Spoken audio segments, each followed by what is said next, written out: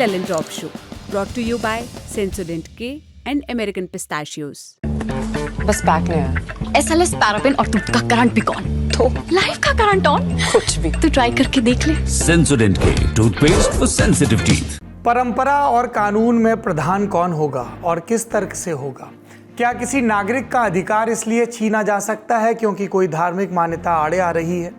देश की सबसे बड़ी अदालत ने आज इन सवालों का जवाब दे दिया। अदालत को बताना था कि क्या कोई मुस्लिम महिला तलाक के बाद अपने पति से गुजारा भत्ता मांग सकती है। अदालत ने कहा बिल्कुल मांग सकती है। तो अब उस कानून का क्या होगा जो राजीव गांधी सरकार ने शाहबानो फैसला पलटने के लिए बनाया था? एक और बड़ा सवाल, 3 तलाक पर कानून और सुप्रीम कोर्ट के आज के फैसले के बाद मुस्लिम पर्सनल लॉ का औचित्य कितना रह जाता है? तलाशेंगे इन सवालों के जवाब दिन की बड़ी खबर में। नमस्कार, सौरभ द्विवेदी नाम है हमारा और आप देखना शुरू कर चुके हैं Lallan top show. Supreme court की बात चल रही है तो हम एक और मामले की बात भी करेंगे जिसमें तय होना है कि क्या सीबीआई बिना राज्य सरकार की सहमति के देश में कहीं भी छापा मार सकती है, और उसके बाद जानेंगे जरूरी सुर्खियां।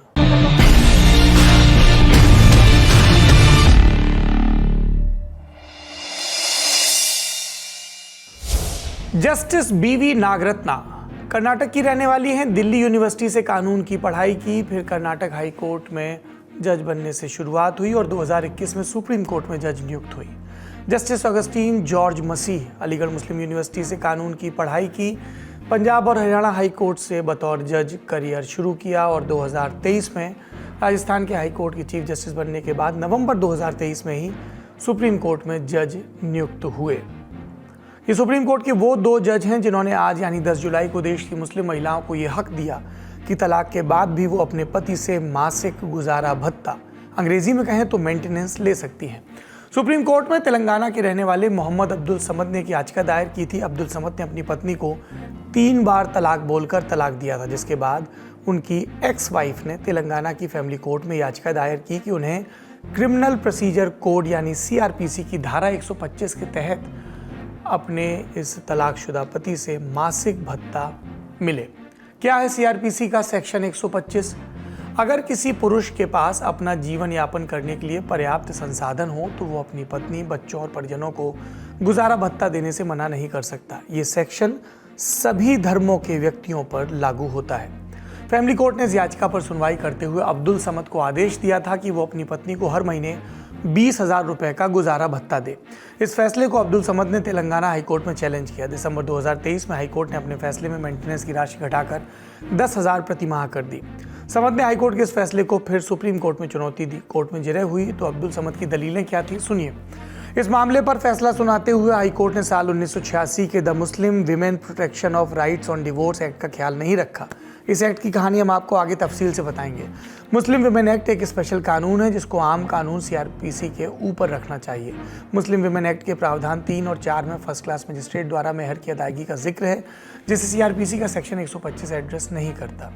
जिरह और बहस के बाद बेंच ने आज 10 जुलाई को अपना फैसला सुनाया। ध्यान दें, दोनों ही जजों ने इस केस में अलग अलग फैसला सुनाया था। जस्टिस नागरत्ना ने अलग और जस्टिस मसीह ने अलग, लेकिन दोनों ही फैसलों का निष्कर्ष एक था, मुस्लिम महिलाओं को CRPC के सेक्शन 125 के तहत मासिक गुजारा भत्ता मिलता रहेगा। हमने कानून के जानकारों समझा इस फैसले का मतलब, आप भी सुनिए। देखिए, सेक्शन 125 हमेशा से है CRPC के अंदर और इसके तहत मुस्लिम महिलाओं को हमेशा से मेंटेनेंस मिलता रहा है। ये कोई पहली बार ऐसा नहीं है। पता नहीं किस तरह से इसको प्रोजेक्ट किया जा रहा है जजमेंट को, कि साहब जैसे पहली बार ये जजमेंट आया है कि मुस्लिम महिलाओं के लिए 125 के अंदर प्रावधान है। 125 के अंदर प्रावधान है, जैसा मैं पहले से ही मैंने कहा जब ये बात चल रही थी कि साहब इसमें ये यूनिफॉर्म सिविल कोड लेके आएंगे, तो मैंने यही कहा था कि यूनिफॉर्म सिविल कोड हमारे यहाँ ऑलरेडी मौजूद है। सिविल लॉज हमारे यहाँ पर सेकुलर लॉज मौजूद हैं। ये CRPC सबके ऊपर लागू है, चाहे वो किसी भी मजहब के हों। इसी तरह से जो डिवोर्स एक्ट है सबके ऊपर लागू है, ये स्पेशल मैरिज एक्ट है सबके ऊपर लागू है, इंडियन सक्सेशन एक्ट है सबके ऊपर लागू है। तो तमाम तरह के जितने भी कानून है, डोमेस्टिक वायलेंस एक्ट है सबके ऊपर लागू है। ये रेस्पेक्टिव रिलीजन, चाहे उनका रिलीजन कुछ भी हो, ये सबके ऊपर लागू है और हमेशा से है। अब ये अगर हम शावानो केस में चले जाएं, शावानो केस में 125 में जब ऑर्डर आया था मेंटेनेंस का, तो उस वक्त में एक एक्ट लाया गया को मुस्लिम वुमेन प्रोटेक्शन एक्ट कहा जाता है, जिसका प्रावधान ये है कि जब मुकदमा फाइल हुआ तभी अगर दोनों पार्टियां ये कहेंगी कि साहब हमारा मुकदमा 125 सीआरपीसी में नहीं चलेगा बल्कि उस मुस्लिम वुमेन प्रोटेक्शन एक्ट में चलेगा, तब ही सीआरपीसी की एप्लीकेबिलिटी खत्म होगी। उस पॉइंट को यहां पर ऑनरेबल कोर्ट ने डिस्कस नहीं किया है। इसलिए नहीं किया है क्योंकि यहां पर जब मुकदमा फाइल हुआ तब दोनों पक्षों ने ये नहीं कहा कि साहब हम इसको मुस्लिम वुमेन प्रोटेक्शन एक्ट में ले जाना चाहते हैं। देखिए, वुमेन ने तो इसलिए नहीं कहा कि वुमेन तो ऑलरेडी 125 में फाइल कर दिया। तो दोनों पक्षों की अगर सहमति होगी तभी उसमें जाएगा मुस्लिम वुमेन प्रोटेक्शन एक्ट में, अदरवाइज 125 में ही मुकदमा चलेगा। ये लॉ ऑलरेडी है। यहाँ एक सामान्य ज्ञान का प्रश्न है। प्रश्न ये कि 1 जुलाई की तारीख से देश में 3 नए कानून शुरू हो गए हैं। इंडियन पीनल कोड यानी आईपीसी की जगह भारतीय न्याय द्वितीय संहिता, क्रिमिनल प्रोसीजर कोड की जगह नागरिक सुरक्षा द्वितीय संहिता और इंडियन एविडेंस एक्ट की जगह भारतीय साक्ष्य द्वितीय अधिनियम। और जो सुप्रीम कोर्ट का नया आदेश आया वो सीआरपीसी की जगह आया है, जो प्रभाव में नहीं है। ऐसे में इस आदेश को लागू कैसे किया जाएगा, ये भी सवाल पूछा जाना चाहिए। मैंने जैसे अभी जो 3 कानून की आपने बात करी है, CrPC, IPC, Indian Evidence Act, इन तीनों में ये समझने की बात है कि 1 जुलाई से पहले के जितने भी रजिस्टर्ड केसेस हैं या रजिस्टर्ड कंप्लेंट्स हैं, रजिस्टर्ड एफआईआर हैं, उनमें वही सीआरपीसी चलेगी, वही आईपीसी चलेगी, वही एविडेंस एक्ट चलेगा जो पुराना है। 1 जुलाई के बाद में जो नए केसेस दर्ज हो रहे हैं या होंगे, उनमें ये तीनों नए कानून के तहत प्रावधान है। इन तीनों नए कानून के तहत कार्रवाइयां होंगी। एक बात ये रही। दूसरी बात ये रही कि ये 3 नए कानून हैं। ये बेसिकली एक शराब की बोतल के लिए आप नए उसमें आगे पैक में, यानी कि old wine is a new this pack, और कुछ भी नहीं है इसमें। हाँ, कुछ जो प्रोविजन उन्होंने किए वो खराब कर दिए हैं, जिसमें पुलिस को इन्होंने बेकार पावर दे दिए। 2-3 प्रोविजन, अदरवाइज पूरा वो पूरे का पूरा उठा के रख दिया है। और जो पावर दी है वो पावर ऑनरेबल कोर्ट्स के जरिए आप जल्दी देखिएगा खत्म कर दी जाएंगी, क्योंकि वो किसी भी डेमोक्रेसी में रह नहीं सकती और वो हमारे कॉन्स्टिट्यूशन के खिलाफ जाती हैं, आर्टिकल 21 के खिलाफ जाती हैं वो पावर्स। अब सुप्रीम कोर्ट के फैसले से साफ है कि मुस्लिम महिलाओं को तलाक के बाद भारतीय कानून के तहत गुजारा भत्ता मिलेगा। ऐसे में एक और सवाल, अभी तक मुस्लिम महिलाओं को भत्ता कैसे मिलता था? इसके लिए एक टर्म का इस्तेमाल करते हैं, इद्दत। पुरुषों द्वारा तलाक दिए जाने के बाद मुस्लिम महिलाओं को इस इद्दत की 3 महीने की अवधि तक ही गुजारा भत्ता मिला करता था। इद्दत पूरे होने के बाद महिला दूसरा विवाह कर सकती थी और भत्ता बंद किया जा सकता था। हमने इस्लामिक स्कॉलर्स की मदद से समझा इस पूरी परंपरा को। मुस्लिम पर्सनल लॉ के मुताबिक अगर किसी खातून की, औरत की तलाक हो जाती है तो 3 महीने का टाइम दिया जाता है, जिसको इद्दत कहते हैं। इसके माना ये है कि उसमें पता चल जाए कि क्या वो प्रेग्नेंट है। अगर प्रेग्नेंट होगी तो होने वाला जो बच्चा है उसके बाप पर उसकी जिम्मेदारी होगी और उसकी कस्टडी, उसके मेंटेनेंस, ये सारे इश्यूज भी उसी वक्त पूरी तरीके से तय कर लिए जाते हैं।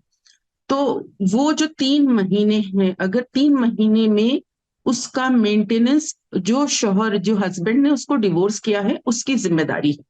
जब 3 महीने कंप्लीट हो जाते हैं तो उसके बाद फिर ना हस्बैंड के कोई राइट्स वाइफ पे हैं, ना वाइफ हस्बैंड पे, दोनों एक दूसरे के लिए बिल्कुल पराये हो जाते हैं।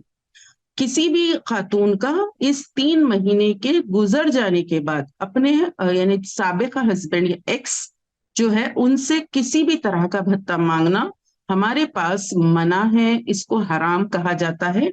और इस खातून की मेंटेनेंस के लिए जो सुविधा है, जो सहूलत है, वो ये है कि उसको दूसरी शादी की पूरी इजाजत है। वो अपनी पसंद से, मर्जी से, अपने कंसेंट से, रजामंदी से और एक शादी कर सकती है, अपनी जिंदगी किसी और हस्बैंड के साथ गुजार सकती है। पहले वाले जो शौहर जिससे उसने तलाक ली है उस पर किसी भी तरह का मेंटेनेंस का ना वो बोझ डाल सकती है, ना उस पर जिम्मेदारी है कि वो मेंटेनेंस दे। क्योंकि हमारी जो मुस्लिम पर्सनल लॉ है उसमें शादी एक तरह से कॉन्ट्रैक्ट भी है, और ये माहिदा अगर दोनों को मंजूर ना हो तो तलाक के जरिए या खुला के जरिए सेपरेट भी हो सकता है। तो यहाँ आइडियोलॉजिकल डिफरेंसेस भी हैं दूसरी कम्युनिटी से, कि ये जन्म जन्म का बंधन नहीं। आज सुप्रीम कोर्ट का फैसला आने के बाद all India Muslim personal law board की तरफ से भी प्रतिक्रिया आई है कि जो हमारी बहनें तलाक हो जाने या किसी वजह से खला या अलग हो जाने को इस्लामी शरीयत, इस्लामी कानून के तहत फैसला चाहती हैं, वो दारुल कज़ा के ज़रिए उस फैसले पे पहुँचें, ये उनके लिए बेहतर है। और जो बहनें हमारी समझती हैं कि मुल्क की अदलिया से उन्हें इंसाफ मिल सकता है या 125 CRPC के तहत उन्हें भरण पोषण की या जो ज़रूरतें हैं वो पूरी की जा सकती है, वहाँ से आदेश लेकर वो वहाँ जा सकती हैं, जा रही हैं। लेकिन उसमें एक मसला ये है कि अलग होने के बाद भी वो रिश्ता ख़त्म नहीं होता और दूसरी शादी महिला नहीं कर सकती, क्योंकि साबका शौहर से एक भरण पोषण यानी मेंटेनेंस लेने के कारण वो कनेक्टिविटी, वो ताल्लुक बना रहता है। तो इसको मैं कहूँगा ये गैर फितरी अमल है, इट्स अननेचुरल अप्रोच। सुना आपने, तर्क था कि अगर महिलाएं मेंटेनेंस लेती रहेंगी तो पति के साथ कनेक्शन बना रहेगा और ऐसे में महिला दूसरी शादी नहीं कर सकती। हमने एक्सपर्ट से इसे समझने और डिकोड करने की कोशिश की। जब 3 महीने और इद्दत हो जाती है, उसके बाद किसी भी मुस्लिम महिला के लिए ये करेक्ट नहीं है, जायज नहीं है कि वो हस्बैंड जिसने उसको डिवोर्स दिया हो उससे किसी भी तरह का मुतालिबा करे। दोनों के एक दूसरे पे राइट्स पूरी तरह से खत्म हो जाते हैं। तो वो जो भी उसको राइट्स हैं at the time of divorce है, जिसके लिए हमारी कंट्री में एक एक्ट है, the Muslim women protection of rights on divorce act 1986, और कुरान में हुक्म है मताम बिल मारूफ, अच्छे तरीके से। मारूफ is a word use in Quran. मारूफ के माने होते हैं अच्छा दो, गुडनेस के साथ अपनी वाइफ को कुछ देकर उसको सेपरेट हो जाओ। अब जब वो सेपरेशन हो जाता है तो उसके बाद वो मांगे भी नहीं, और अगर किसी भी तरह वो मुतालिबा भी करेगी तो मुस्लिम पर्सनल लॉ में वो चीज को एक्सेप्ट नहीं किया जाएगा। और उस औरत के जो मेंटेनेंस है या उसका महीने का खर्च जो भी है, उसके भाई, उसके अब्बा या जो भी उसके क्लोज रिलेटिव्स हैं, उनकी जिम्मेदारी होती है कि टिल शी रीमैरिज, जब तक कि उसकी कोई और जगह शादी ना, या अगर उसके बच्चे बड़े हो गए हों, बेटे कमा रहे हों, तो उन बेटों पर जिम्मेदारी होती है कि वो अपनी माँ का खर्चा उठाएं, ना कि पहले वाले शौहर। जी, अब आपको समझाते हैं कि ये बहस शुरू कहाँ से हुई। साल 1947 में देश आज़ाद हुआ, 1950 में संविधान लागू हुआ। इसमें मुस्लिम समाज में विवाह और तलाक के लिए 1937 में बना मुस्लिम पर्सनल लॉ एक्ट लागू किया गया। ये कानून सरकार और सरकार के आलोचकों के बीच विवाद का कारण बना रहा। तत्कालीन सरकार पर मुस्लिम परस्त राजनीति के इल्ज़ाम लगे। ये इल्ज़ाम और बड़े हो गए जब साल 1955 में जवाहरलाल नेहरू की सरकार ने हिंदू कोड बिल पास किया। इसके जरिए हिंदू समुदाय के लिए 4 कानून सामने आए। इसमें तलाक, उत्तराधिकार, तलाक के बाद गार्जियनशिप और बच्चों को गोद लेने के प्रावधान तय किए गए। यानी हिंदू समाज में विवाह, तलाक, उत्तराधिकार के लिए सरकार ने कानून बना दिए। नेहरू सरकार के इन कानूनों को ऐसे देखा गया कि हिंदुओं के लिए तो कानून बना, लेकिन मुस्लिम समुदाय को अपनी परंपराओं के अनुरूप चलने की आज़ादी दी गई। फिर साल 1985 आया, देश के सामने एक केस आया, शाहबानो केस। मध्य प्रदेश की रहने वाली 62 साल की शाहबानो अपने पूर्व पति मोहम्मद खान के खिलाफ मुकदमा लड़ रही थी। उन्होंने इल्ज़ाम लगाया कि उनके पति ने 3 बार तलाक बोलकर तलाक दे दिया, 5 बच्चों के साथ घर से बाहर निकाल दिया और अब गुजारा भत्ता देने से मना कर रहा है। इस मामले में सुप्रीम कोर्ट में 5 जजों की बेंच ने 23 अप्रैल 1985 को फैसला सुनाया। इसमें कोर्ट ने शाहबानो के पूर्व पति को आदेश दिया कि वो हर महीने शाहबानो को 500 रुपये का भत्ता दे। ये शाहबानो केस जीत गई, लेकिन अगले साल यानी 1986 में राजीव गांधी की सरकार ने मुस्लिम महिला अधिनियम संसद से पास करवा लिया। ध्यान रहे, ये वही अधिनियम है जिसकी दलील अब्दुल समद मौजूदा केस में सुप्रीम कोर्ट में दे रहे थे। क्या था इस कानून में? मुस्लिम महिला को अगर उसका पति 3 तलाक दे देता है तो वो केवल 90 दिन यानी 3 महीने तक ही अपनी पत्नी को गुजारा भत्ता देने का हकदार होगा। ये उसी शरिया के इद्दत वाले नियम का कानूनीकरण था, यानी ये कानून अदालत के फैसले को पलट देता था, जिससे शाहबानो को जीत मिलती। मुस्लिम कट्टरपंथियों और परंपरावादियों के दबाव में राजीव गांधी की सरकार ने ये फैसला लिया था। तो सुप्रीम कोर्ट में अपनी कानून की न्याय की लड़ाई जीतकर भी शाहबानो देश की संसद में ये जंग हार गई थी। इसके बाद से राजीव गांधी सरकार पर मुस्लिम तुष्टीकरण, मुस्लिम परस्त होने और प्रगतिशीलता विरोधी होने के आरोप लगे। लेकिन तब से लेकर अब तक ये कानून प्रकाश में है और एक्शन में भी है। इस कानून को लेकर एक अहम मोड़ साल 2001 में आया, जब सुप्रीम कोर्ट में मुस्लिम महिला अधिनियम की वैधता को चुनौती दी गई। तब 5 जजों की संवैधानिक बेंच ने मुस्लिम महिला अधिनियम की वैधता को बरकरार रखा था। साथ ही ये भी कहा था कि पुरुष अपनी पूर्व पत्नी को भत्ता तब तक देता रहेगा जब तक महिला की दूसरी शादी नहीं हो जाती या वो खुद का ख्याल रखने में सक्षम नहीं हो जाती।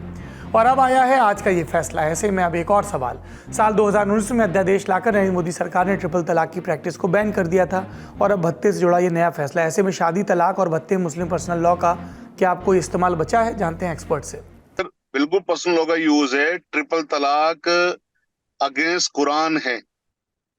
ट्रिपल तलाक in one go against Quran है, यानी 3 बार तलाक कहना एक बार में कुरान के खिलाफ बात है। आयत नंबर 227, 228, 229 सूरे अल बकरा चैप्टर नंबर 2, अल्लाह सुब्हानहू तआला ने कुरान के अंदर तलाक के नियम बताए हैं, कैसे तलाक होगा। वो एक बार तलाक माना जाएगा, चाहे 3 बार कहे या 300 बार कहे। और उसके बाद में 3 महीने का पीरियड है, 3 महीने 10 दिन का, यानी कि 3 मेंस्ट्रुअल पीरियड्स का। अगर वो मियाँ बीवी दोनों कंप्रोमाइज कर लें तो तलाक नहीं होगा, अगर कंप्रोमाइज नहीं किया तो तलाक हो जाएगा।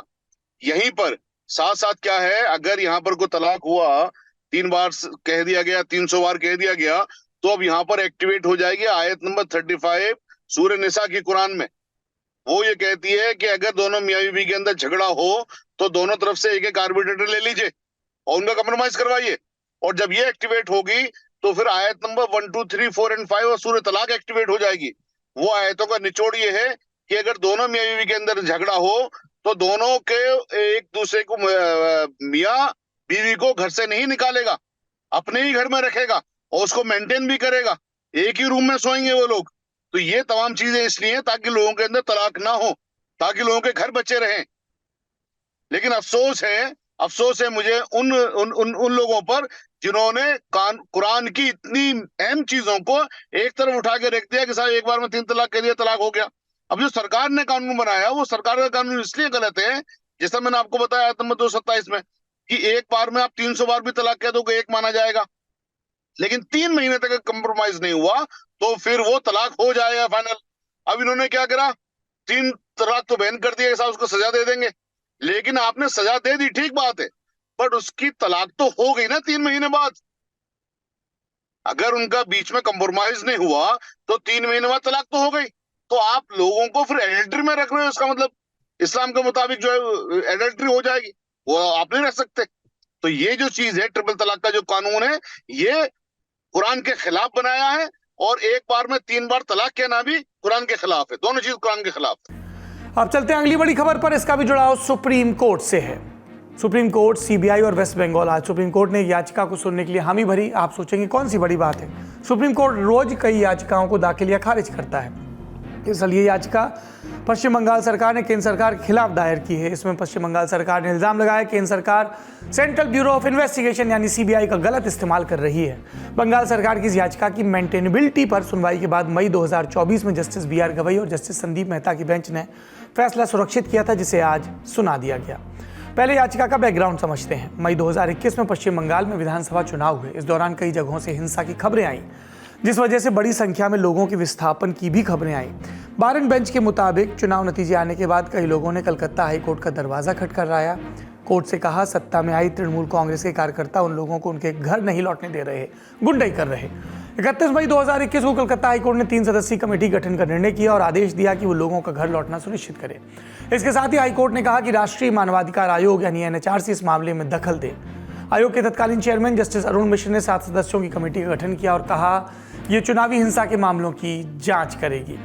कमेटी ने अपनी रिपोर्ट सौंपी और उसमें कहा कि तृणमूल कांग्रेस की वजह से स्थितियां खराब हुई। इस मामले में सीबीआई द्वारा जांच की मांग की गई और तब ममता बनर्जी सरकार ने NHRC की रिपोर्ट पर सवाल उठाए और कहा ये पक्षपाती है। साथ ही सूबे की सरकार ने यह भी कहा कि हाईकोर्ट सीधे सीबीआई द्वारा जांच का आदेश कैसे दे सकता है। ममता बनर्जी सरकार ने ये सवाल क्यों उठाए? दरअसल नवंबर 2018 में पश्चिम बंगाल सरकार ने केंद्र सरकार को दिया जाने वाला जनरल कंसेंट वापस ले लिया था। क्या है ये जनरल कंसेंट? ग्राफिक्स की मदद से समझते हैं। देश में सीबीआई का गठन साल 1941 के Delhi police special establishment act के तहत हुआ था। इस कानून के खंड 6 के मुताबिक सीबीआई को यदि किसी राज्य में जांच करनी है तो उसके लिए उस राज्य की सरकार की सहमति जरूरी है। सहमति नहीं तो जांच नहीं हो सकती। इसी सहमति या जनरल कंसेंट से पश्चिम बंगाल सरकार ने 2018 में हाथ खींच लिए थे। पर ध्यान रहे, पश्चिम बंगाल देश का एक अकेला राज्य नहीं है जिसने सीबीआई को दिया हुआ कंसेंट वापस लिया हो। साल 2014 में नरेंद्र मोदी की सरकार आने के बाद कई राज्य सरकारों ने ऐसा किया। शुरुआत की मिजोरम ने साल 2015 में, दिसंबर 2023 में केंद्र सरकार ने लोकसभा में जवाब देते हुए ऐसे 10 राज्यों की सूची दी जिन्होंने जनरल कंसेंट वापस लिया था। ये राज्य कौन से हैं? पंजाब, झारखंड, केरल, राजस्थान, छत्तीसगढ़, पश्चिम बंगाल, मिजोरम, तेलंगाना, मेघालय और तमिलनाडु। साल 2020 में सुशांत सिंह राजपूत की कथित आत्महत्या वाले केस के समय भी महाराष्ट्र सरकार ने सीबीआई को दी जनरल कंसेंट से हाथ वापस खींचे थे, लेकिन जब उद्धव ठाकरे की सरकार गिरकर एकनाथ शिंदे की भाजपा के साथ सरकार बनी तो ये सहमति फिर से जारी कर दी गई थी। बात यह है, कानून व्यवस्था है राज्य के अधिकार क्षेत्र में, केंद्र सीधे दखल नहीं दे सकता, इसलिए सीबीआई को जब किसी राज्य में कोई मामला चलाना होता है तो उसके लिए वो सूबे की सरकार से मांगते हैं अनुमति अथवा सहमति। अंग्रेजी में कहें तो कंसेंट। ये सहमति केस बाय केस मिलती है, लेकिन कई बार ऐसा होता है कि राज्य हर मामले पर सहमति देने के बजाय एक आम सहमति का लेटर जारी कर देते हैं और यही कहलाता है जनरल कंसेंट। सीबीआई को तब हर बार आवेदन लेकर संबंधित राज्य के पास नहीं जाना पड़ता था।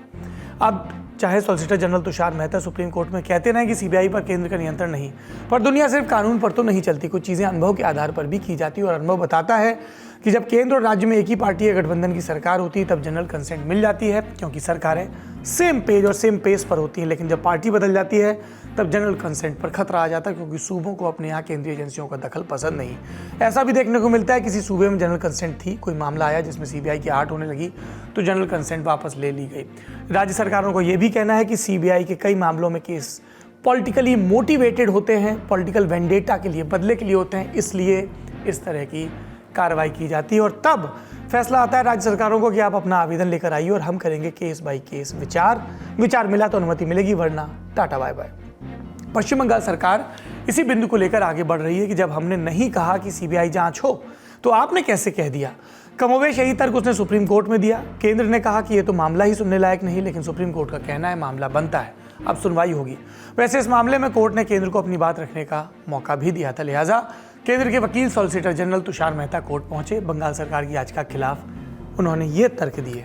देखिए, केंद्र के तर्क सिर्फ सिंपल थे। केंद्र ये कहता है और यही बोलता आया है कि सीबीआई जो है एक इंडिपेंडेंट जांच एजेंसी है, हमारा इस पे कोई कंट्रोल नहीं है, हम किसी भी तरह से किसी भी जांच को प्रभावित नहीं करते हैं और तमाम तरह की ये दलीलें बार बार यही बताया गया कि हम स्वतंत्र तरीके से सीबीआई को चलाते हैं, जबकि बार बार ये बात बोली गई है और पूर्व में भी सुप्रीम कोर्ट की खुद की टिप्पणियां आई हुई थी कि सीबीआई एक कैद तोते की तरह है। तो कहीं ना कहीं ये सब चीजें जो है वो सीबीआई को और सेंटर को अभी भी हॉन्ट कर रही हैं और इसीलिए जो है कहीं ना कहीं आज जो सेटबैक मिला है सेंटर और सीबीआई को सुप्रीम कोर्ट की तरफ से, वो इसी तरफ इशारा कर रहा है कि आपको जो भी काम करना होगा वो रूल्स एंड रेगुलेशंस के साथ करना होगा।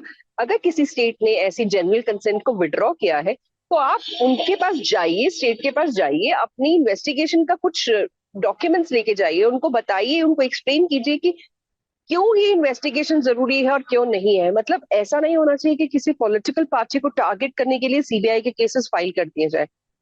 तो इसीलिए जो सेंटर की दलीलें थी वो इसी उस बेसिस पे थी कि हम किसी पॉलिटिकल पार्टी को टारगेट नहीं कर रहे, पर उसी तरफ से वेस्ट बंगाल सरकार की तरफ से बहुत सारे एग्जाम्पल्स दिए गए और ये बताया गया कि दिल्ली पुलिस स्पेशल एक्ट जो है उसमें प्रोविजन है क्या कि स्टेट के पास पावर है। तो कोर्ट ने एक्चुअली पावर्स को जस्टिफाई किया है आज, और इसीलिए कहीं ना कहीं ये कह सकते हैं कि रिलीफ है ममता गवर्नमेंट के लिए और थोड़ा सा सेटबैक है सेंटर के लिए। तमाम तर्कों को सुनने के बाद बेंच अपने फैसले पर पहुंची और फैसला आपको बता चुके हैं। कोर्ट रिपोर्टर से जानते हैं इसकी गूढ़ बातें। अभी फिलहाल के लिए सीबीआई जो है नए केसेस रजिस्टर नहीं कर पाएगी क्योंकि अब ये सूट एडमिसिबल हो गया है, क्योंकि सेंटर का यही एक ऑब्जेक्शन था कि ये सूट ही मेंटेनेबल नहीं है, मतलब सुनवाई योग्य नहीं है। जब ये सुनवाई योग्य नहीं है तभी तक ये मामले लटके हुए थे, पर आज जब सुप्रीम कोर्ट ने इस मामले को अपने संज्ञान में ले लिया है, ये सही शब्द होगा यहाँ पे कहने के लिए, तो इसीलिए हम कह सकते हैं कि अभी जितनी भी इन्वेस्टिगेशंस चल रही थी, सीबीआई जो ताबड़तोड़ केसेस फाइल कर रहा था उसमें कहीं ना कहीं कमी आएगी और उनको स्टेट्स के साथ मिल करके ही काम करना होगा, नहीं तो जो इन्वेस्टिगेशंस है वो रुक जाएंगी। इस केस में सुनवाई की तारीख मुकर्रर हुई है 13 अगस्त की। लेकिन आपको एक और ट्रिविया बताते हैं जो है प्रवर्तन निदेशालय यानी ईडी से जुड़ा। जब बहुत सारे राज्यों ने सीबीआई से कंसेंट से हाथ खींचा तो साल 2022 में केंद्र सरकार ने prevention of money laundering act PMLA में संशोधन प्रस्तावित किया। ये वही कानून है जिसके तहत ईडी का गठन और कामधाम होता है। सीबीआई वाले डीपीएससी एक्ट की तरह पीएमएलए में आम सहमति का प्रावधान नहीं है, इसलिए ईडी को कार्रवाई के लिए किसी भी राज्य में सरकार की राज्य की सहमति की जरूरत नहीं। हमने कानून के एक्सपर्ट से इसे भी समझा। सीबीआई का गठन Delhi special police establishment act 1946 के तहत हुआ था।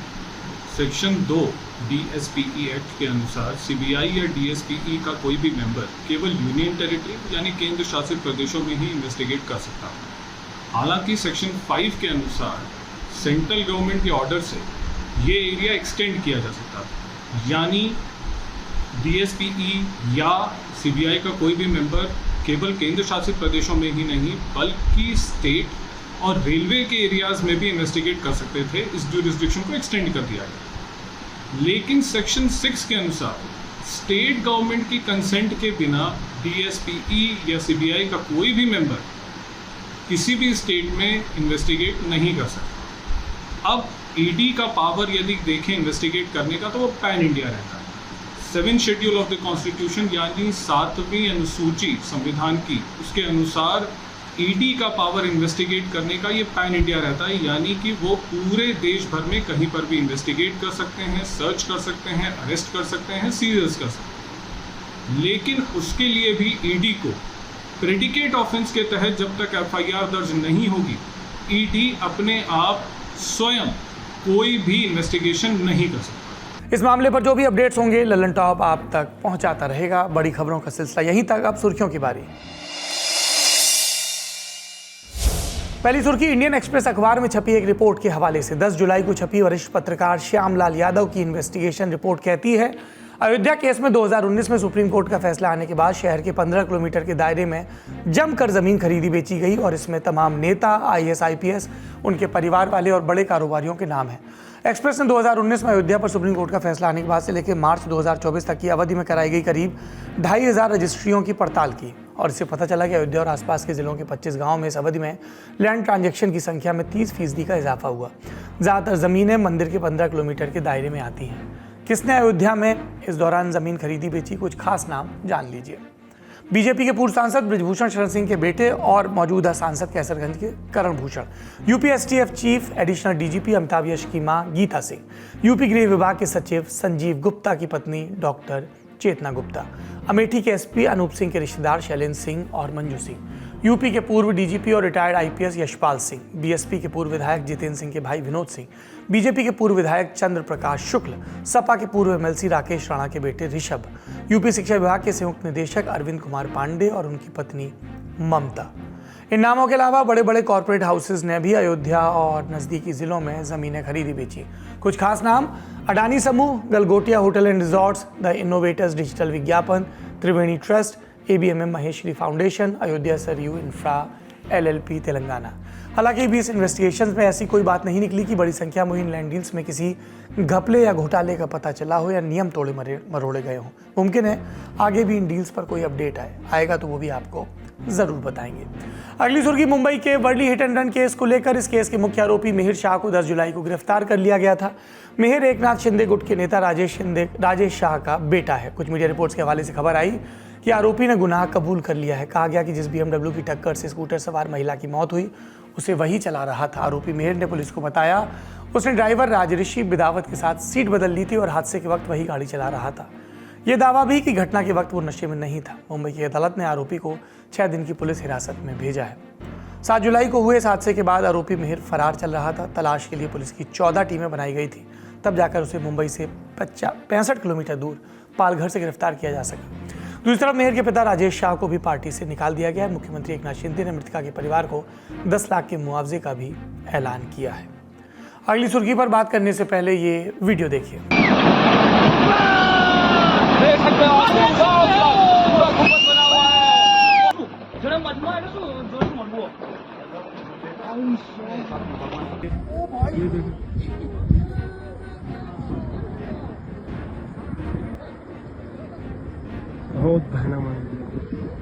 लैंडस्लाइड का ये डर देने वाला वीडियो उत्तराखंड के चमोली से है। बीते कुछ दिनों में आपने सोशल मीडिया पर लगातार ऐसे लैंडस्लाइड वाले वीडियोस देखे हैं। बारिश के मौसम में एक के बाद एक उत्तराखंड के अलग अलग हिस्सों में ये आपदाएं आ रही हैं। अब चमोली के पाताल गंगा में ऐसा हुआ। इससे जोशीमठ बद्रीनाथ हाईवे बंद हो गया। लगातार हो रहे लैंडस्लाइड से राज्य की 200 से ज़्यादा सड़कों पर यातायात बाधित है। बद्रीनाथ जाने वाले 2000 से ज़्यादा यात्रियों को जोशीमठ के पास रोका गया। इसके अलावा चंपावत के पास भी कई इलाके बाढ़ की चपेट में हैं। मुख्यमंत्री पुष्कर धामी 9 जुलाई को बाढ़ प्रभावित इलाकों का दौरा करने भी गए। सोशल मीडिया पर लिखा, टनकपुर चंपावत पहुंचकर बाढ़ प्रभावित क्षेत्रों का स्थलीय निरीक्षण किया। शारदा घाट एवं सैलानी गोठ में बाढ़ प्रभावित लोगों से मुलाकात कर सरकार की ओर से हर संभव सहायता का आश्वासन दिया। अगली सुर्खी, दिल्ली शराब नीति में कथित घोटाले वाले केस पर प्रवर्तन निदेशालय यानी ईडी ने 9 जुलाई को 209 पेज की सप्लीमेंट्री चार्जशीट फाइल की, जिसकी डिटेल्स आज सामने आई। इसमें मुख्यमंत्री अरविंद केजरीवाल पर आरोप लगाया गया कि उनको अपराध से हुई आय के बारे में जानकारी थी और वो खुद भी इसमें शामिल थे। चार्जशीट में केजरीवाल को मुख्य साजिशकर्ता भी बताया गया। दिल्ली की अदालत ने ईडी की चार्जशीट पर संज्ञान लिया और केजरीवाल को 12 जुलाई को कोर्ट में पेश होने का वारंट जारी किया। इंडिया टुडे के क्राइम रिपोर्टर अरविंद ओझा और श्रेया चटर्जी की रिपोर्ट के मुताबिक चार्जशीट में 37वें आरोपी के तौर पर अरविंद केजरीवाल का नाम दर्ज है। पूरी आम आदमी पार्टी को भी आरोपी नंबर 38 बनाया गया। चार्जशीट में लिखा गया, आप अपराध से अर्जित आय की मुख्य लाभार्थी, इसलिए पीएमएलए एक्ट की धारा 70 के तहत एक कंपनी के रूप में पार्टी भी अपराध में शामिल है। और आखिरी में शो खत्म करें उससे पहले एक कविता जो कहीं ना कहीं हमारी बड़ी खबर से जुड़ती है। कवि हैं शुभा। कविता का शीर्षक, औरत के हाथ में न्याय। औरत कम से कम पशु की तरह अपने बच्चे को प्यार करती है, उसकी रक्षा करती है। अगर आदमी छोड़ दे, बच्चा माँ के पास रहता है। अगर माँ छोड़ दे, बच्चा अकेला रहता है। औरत अपने बच्चे के लिए बहुत कुछ चाहती है और चतुर गुलाम की तरह मालिकों से उसे बचाती है। वो तिरिया चरित्र रचती है। जब कोई उम्मीद नहीं रहती, औरत तिरिया चरित्र छोड़कर बच्चे की रक्षा करती है। वो चालाकी छोड़ न्याय की तलवार उठाती है। औरत के हाथ में न्याय उसके बच्चे के लिए जरूरी तमाम चीजों की गारंटी है। आज का लंडन टॉप शो यहीं तक। अपना और अपनों का ख्याल रखिए। शुभ रात्रि।